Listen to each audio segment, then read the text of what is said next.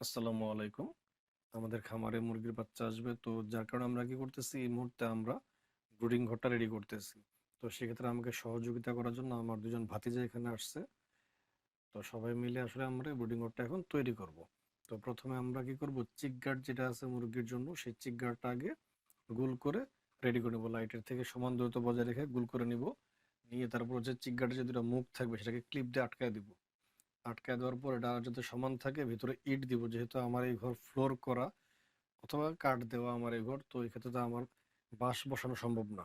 অনেকে বাঁশের খুঁটি বসে সমান করে, তো সেক্ষেত্রে আমরা কি করব, এখানে ইট দিয়া চারপাশ সমান করে রাখবো আর কি।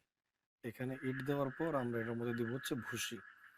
ভুসি দিলে কি হবে আপনার, যখন আমি এই ভুসিটা কিন্তু শুকিয়ে রাখা আছে আমাদের আগে, এই ভুসিটা আমরা শুকিয়ে রেখেছি ব্রুডিং করার জন্য। আর আপনারা জানেন ব্রুডিং এর ক্ষেত্রে ভুসি অবশ্যই একটু বেশি পরিমাণে দিতে হয়।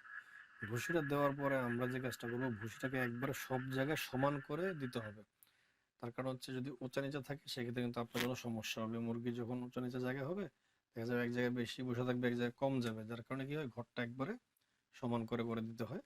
আর এখানে ভুসিটা একটু মোটা করে দেওয়া আছে, ব্রুডিং এর সময় ভুসি মোটা করে দিতে হয়। এই ভুসিটা দেওয়ার পরে আমরা দিব কি, পেপার।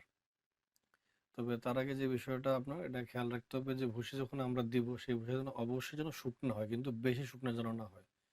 বেশি শুকনো ভুসি হইলে কিন্তু আপনার সমস্যাটা মেনলি দাঁড়াবে যেটা, যে আপনার মনে হয় যে মুরগির সর্দিটা সহজে ধরে ফেলবে।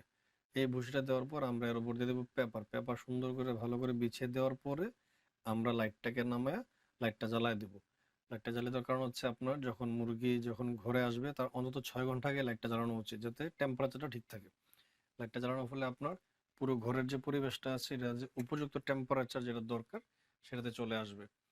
তার ফলে কি হবে, আপনার যে পেপারটা গরম অবস্থা থাকছে, পেপারের যে ভুসি আছে সেটাও গরম অবস্থা থাকবে। পাশাপাশি যেহেতু বাচ্চা আসবে, আমাদের আরো অন্যান্য যে বিষয়গুলো থাকবে আমরা সেগুলো পাশাপাশি সব সম্পন্ন করে রাখবো, যাতে বাচ্চা আসার পর আর কোনো কাজ আমাদের করতে না হয়। এইভাবে আমরা মূলত একটা বাচ্চা আসার আগে সমস্ত কাজ সম্পন্ন করে রাখি। এটা কিন্তু বাচ্চা আসার ঠিক ৬ ঘন্টা বা ৮ ঘন্টা আগে আমরা তৈরি করি। চাইলে একদিন আগেও তৈরি করে রাখা যায়, কোনো সমস্যা নেই। কিন্তু আমরা আমাদের প্রয়োজনে ৬ ঘন্টা আগে রেডি করি, কারণ